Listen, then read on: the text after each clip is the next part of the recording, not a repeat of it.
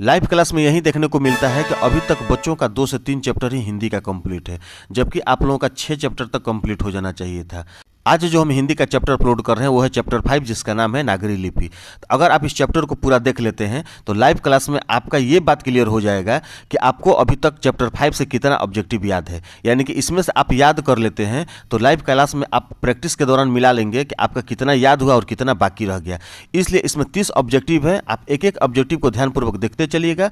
जो याद होगा उसको छोड़ दीजिएगा, जो याद नहीं होगा या तो आप उसको लिख लीजिएगा या आप उसको 1-2 बार सुन लीजिएगा। सुनने से क्या होगा कि आपको जल्दी ही याद हो जाएगा। तो चलिए फ्रेंड्स, इस वीडियो को हम शुरू करते हैं, लेकिन उससे पहले फ्रेंड्स वीडियो को आप एक लाइक जरूर कर देंगे और साथ ही अगर चैनल पर नए हैं तो चैनल को। तो चलिए फ्रेंड्स, हम शुरू करते हैं हिंदी का चैप्टर 5, जिसका नाम है नागरी लिपि। और इसका जो पहला सवाल है कि भारतीय लिपियों की कहानी पुस्तक के रचयिता कौन है। इसमें आपको क्या याद रखना है, भारतीय लिपियों की कहानी और पुस्तक के रचयिता। तो इसका जो सही जवाब होगा ऑप्शन डी होगा, गुणाकर मूले। इसको हम इस शब्दों में कह सकते हैं कि भारतीय लिपियों की कहानी के पुस्तक के रचयिता जो हैं वो है गुणाकर मूले। सवाल नंबर 2 है कि ईसा की 14वीं-15वीं सदी के विजयनगर के शासकों ने अपने लेखों की लिपि को कहा है, यानी क्या कहा है। इसका सही जवाब होगा option A, Nandi Nagari. Clear है। और देखिए, पहला जो प्रश्न है 2021 में आया है और दूसरा जो सवाल है 2019 में आया है। चलिए सवाल नंबर 3 देखते हैं। सवाल नंबर 3 है कि 12वीं सदी के केरल के शासकों के सिक्कों पर वीर केरलस्य जैसे शब्द किस लिपि में अंकित है। क्लियर है। तो इसका जो सही जवाब होगा ऑप्शन डी होगा, देवनागरी लिपि में। यानी कि 12वीं सदी के केरल के शासकों के सिक्कों पर वीर केरलस्य जैसे शब्द जो लिखे गए हैं वो देवनागरी लिपि में अंकित है। सवाल नंबर 4, हिंदी लिखी जाती है। ये सभी लोग जानते हैं कि हिंदी देवनागरी लिपि में लिखी जाती है। सवाल नंबर 5 है, ऑप्शन ए सही है 4 का। सवाल नंबर 5 है कि बेत मदान पत्र किस समय का है। बेत मदान पत्र जो है वो किस समय का है। इसका सही जवाब होगा ऑप्शन बी, 1020 के समय का है। सवाल नंबर 6 है कि नागरी लिपि के आरंभिक यानी कि शुरुआती लेख हमें कहाँ से मिले हैं। तो इसका जो सही जवाब होगा ऑप्शन सी होगा, दक्षिण भारत के समय से मिले हैं। अब देखिए, सवाल नंबर जो 3 है 2019 में आया है।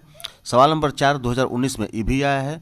सवाल नंबर 5 2018 में आया है और सवाल नंबर जो 6 है वो 2018 में आया हुआ है। अब आप इसी से अंदाज़ा लगा सकते हैं कि सभी प्रश्न जो हैं VVI हैं आपकी बार के मैट्रिक एग्जाम के लिए। चलिए सवाल नंबर 7 देखते हैं।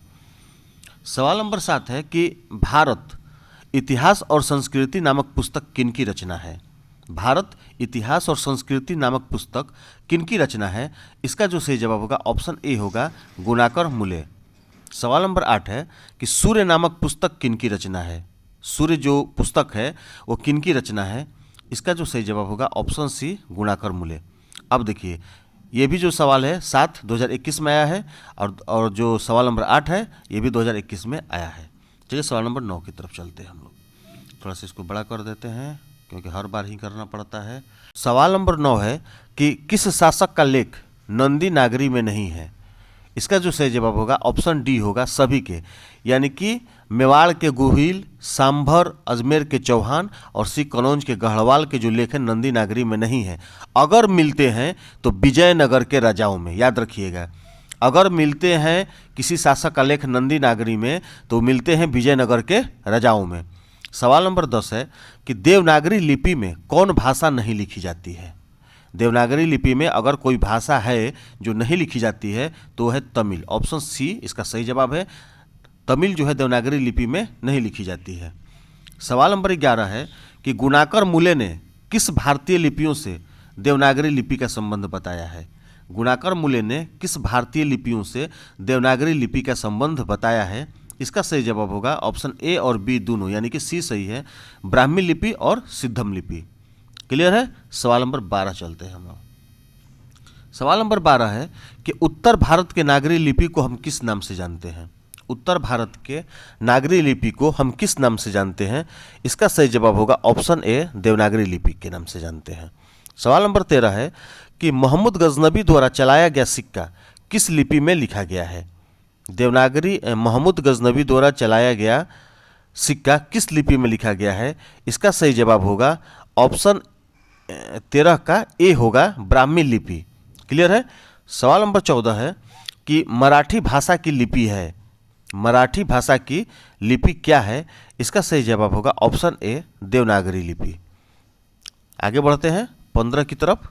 15 है कि मराठी का कौन सा अक्षर देवनागरी लिपि से भिन्न है? देखिए ये प्रश्न बहुत इंटरेस्टेड है। मराठी का कौन सा अक्षर देवनागरी लिपि से भिन्न है? इसका सही जवाब होगा ऑप्शन बी लॉ, यानी कि लॉ जो है वो देवनागरी लिपि जो मराठी का अक्षर है देवनागरी लिपि से वो भिन्न है। सवाल नंबर 16 है कि बंगला लिपि प्राचीन नागरी लिपि की खाली स्थान है, क्या है? इसका सही जवाब होगा ऑप्शन सी बहन, यानी कि बंगला लिपि प्राचीन नागरी लिपि की बहन है। सवाल 17 है कि मात्यखेट के राष्ट्रकूट तथा विजयनगर के शासकों के लेख किस लिपि में प्राप्त हुए हैं? Option A Nandi Nagari, B Brahmi, C Nagari और डी है इनमें से कोई नहीं। इसका सही जवाब होगा ऑप्शन ए नंदी नागरी। आगे बढ़ते हैं सवाल नंबर 18। सवाल नंबर 18 है कि किस शासक ने ऐसा सिक्का चलाया था जिस पर राम सीता की आकृति और नागरी लिपि में राम सिंह शब्द अंकित है? इसका सही जवाब होगा ऑप्शन बी अकबर। सवाल 19 है कि मालवा में नागरी लिपि का प्रयोग होता था, इसका उल्लेख किसने अपनी पुस्तक में किया है? इसका सही जवाब होगा ऑप्शन ए अल बेरूनी ने। चलिए आगे बढ़ते हैं सवाल नंबर 20 की तरफ। 20 है कि राष्ट्रकूट शासन की नींव किसने डाली थी? राष्ट्रकूट शासन की नींव किसने डाली थी? इसका सही जवाब होगा ऑप्शन बी दंती दुर्ग। फ्रेंड्स आप वीडियो को भी लाइक करते चलेंगे। देखिए ये प्रश्न 2021 और 2020 यानी 2 बार प्रश्न फाइनल एग्जाम में आया है। सवाल नंबर 21 है कि हिंदी के आदि कवि कौन है? 21 है कि हिंदी के आदि कवि कौन है? ए सरहपाद, बी विद्यापति, सी तुलसीदास और डी कबीरदास। इसका सही जवाब होगा ऑप्शन ए सरहपाद, और ये प्रश्न जो है 2019 में आया हुआ है। चलिए आगे बढ़ते हैं सवाल नंबर 22 की तरफ। थोड़ा सा छोटा कर दिया जाए इसको ताकि क्लियर स्पष्ट रहे। चलिए सवाल नंबर 22 है कि अमोघ वर्ष कौन था? अमोघ वर्ष कौन था? इसका सही जवाब होगा ऑप्शन बी राष्ट्रकूट राजा। देखिए ये फ्रेंड्स जो हम आप लोग को बता रहे हैं अभी, ये लाइव क्लास में भी चैप्टर चलता है और आपको वीडियो अपलोड करके भी दिया जाता है। इसलिए कि अगर वीडियो अपलोड आप देख लेते हैं और लाइव क्लास के दौरान आपको वीडियो अपलोड जो किए हैं उसमें से आपको कितना याद है ये आपको स्पष्ट हो जाएगा, क्योंकि लाइव प्रैक्टिस चलता है वहाँ पर। तो आपको ये आपको प्रैक्टिस होते चलेगा कि आप कितना अभी तक याद किए हैं और कितना बाकी रह गया है। जो बाकी रहेगा आप बिल्कुल याद कर लेंगे। चलिए सवाल नंबर 23 है कि मिहिर भोज के ग्वालियर प्रशस्ति किस भाषा में है? मिहिर भोज के ग्वालियर प्रशस्ति किस भाषा में है? इसका जो सही जवाब होगा ऑप्शन बी होगा संस्कृत। सवाल नंबर 24 है कि देवनागरी लिपि में मुद्रण के टाइप कब बने? इसका सही जवाब होगा ऑप्शन ए 2 सदी पहले, यानी कि देवनागरी लिपि में मुद्रण के टाइप 2 सदी पहले बने थे। 25 देखते हैं। बेतमा कहाँ है? बेतमा कहाँ है? ए पटना के पास, बी पुणे के पास, सी इंदौर के पास और डी इलाहाबाद के पास। इसका सही जवाब होगा ऑप्शन सी इंदौर के पास, यानी बेतमा है इंदौर के पास स्थित है। सवाल नंबर 26 देखेंगे। 26 है कि दक्षिण भारत किस राजा के पलियम ताम्रपत्र मिले हैं? दक्षिण भारत के किस राजा के पास पलियम ताम्रपत्र मिले हैं? इसका सही जवाब होगा ऑप्शन बी राजा वरगुण के पास। सवाल नंबर 27 है कि नागरी लिपि निबंध किस पुस्तक से लिया गया है? नागरी लिपि निबंध किस पुस्तक से लिया गया है? इसका सही जवाब होगा ऑप्शन सी भारतीय लिपियों की कहानी से लिया गया है।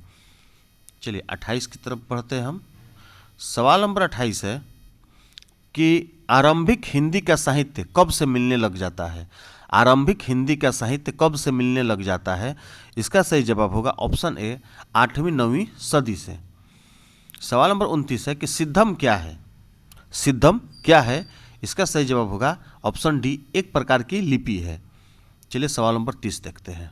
नेवारी भाषाएं किस लिपि में लिखी जाती है? नेवारी भाषाएं किस लिपि में लिखी जाती है? इसका सही जवाब होगा ऑप्शन ए देवनागरी लिपि में।